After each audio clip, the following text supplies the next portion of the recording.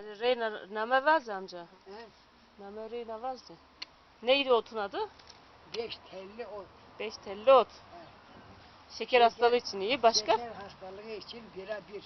Hı hı. Vay anasını ya. Baksana. Güzelmiş evet. 5 telli. O zaman sanki fazla teller görünüyor. Şimdi bu kaynatılıp Hı. aç karnına bir çay bardağıyla hiçbir şey yemeden aç karnına bir bardak içeceksin. Ondan sonra kahvaltı yapıyorsun. Hmm. Ara veriyor musun içtikten sonra? Ondan sonra kahvaltı ya. Şu güzel bak. Hmm. Kurutup da mı çay yapıyorsun? ya da? Yok yok kaynatıyorlar. He, böyle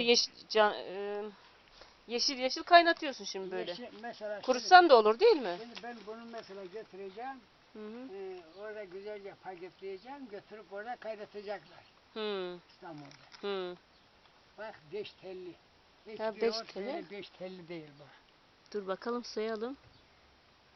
3, Çok 6, çok 7, ne 8. 8 8 telli galiba. 8 telli ya.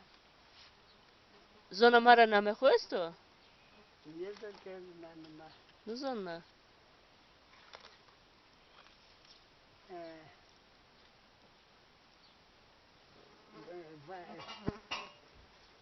Tarısur niyo?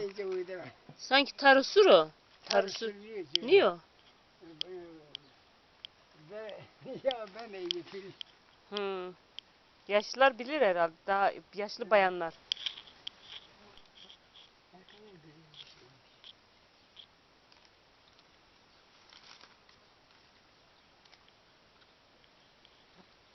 Başka yerde yok mu acaba?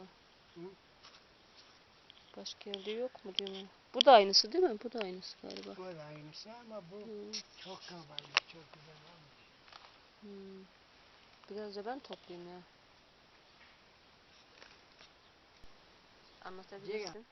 Şimdi ben bir sefer gittim, Doktora. yeğenime gittim deniz doktora. Hı. Bana dedi ki şekerin 270'e çıkmış. Bende de şeker hastalığı yok. Hı hı. Dedi bunu bir hallet. Ben geldim bu ottan topladım. Bir de ısırgan, bir de karamukun yaprağı ve tohumunu yani. Hı hı.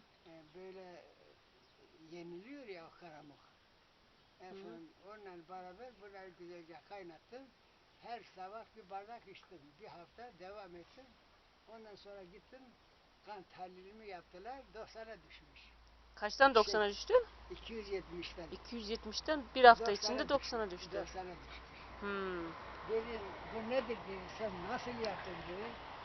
Efendim dedim işte ne yaptımsa yaptın. Böyle böyle böyle.